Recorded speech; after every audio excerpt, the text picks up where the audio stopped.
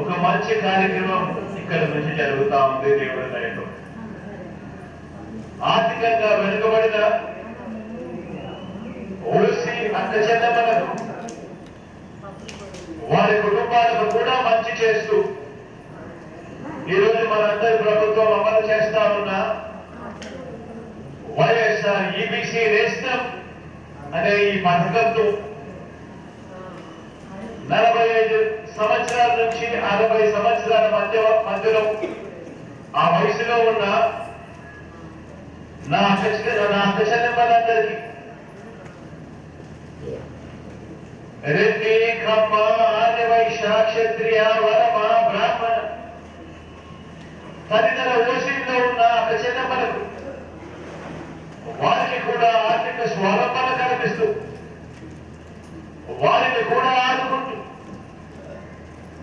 ప్రతి ఏటా 15,000 రూపాయలు చెప్పున అదే అక్క చెల్లెమ్మలకు వరుసగా చెయ్యి పట్టుకుని నడిపిస్తూ తోడుగా ఉంటూ 3 ఏళ్ల పాటు ఆ అక్క చెల్లెమ్మలకు సహాయం అందించే కార్యక్రమమే ఈ వైఎస్ఆర్ ఈబీసీ నేస్తం అనే ఈ పథకం.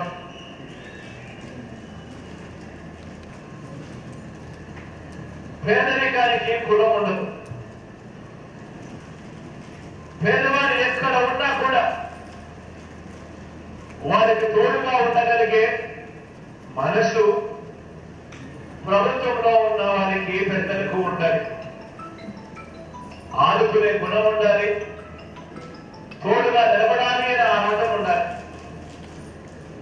వాస్తవంగా చెప్పాలి అంటే ఈ వైఎస్ఆర్ ఈబీసీ నేస్తం కానీ వైఎస్ఆర్ కాపు నేస్తం కానీ ఈ 2 పథకాలు మన మేనిఫెస్టోలో ఎన్నికల ప్రణాళికలో పెట్టినవి కాదు. అయినా కూడా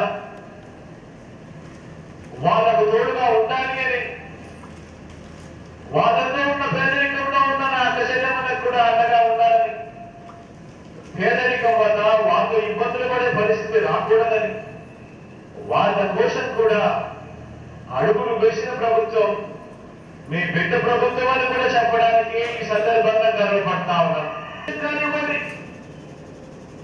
ఓ అమ్మఒడి కానివ్వండి, అందులో అక్క చెల్లెమ్మల పేరుతో ఇల్లు కట్టించే కార్యక్రమం కానివ్వండి, ఆ అక్క చెల్లెమ్మల పేరుతోనే పెద్ద చదువుల కోసం ఆ అక్క చెల్లెమ్మల పిల్లలకు కూడా వాళ్ళ కుటుంబాలు బాగుండాలి.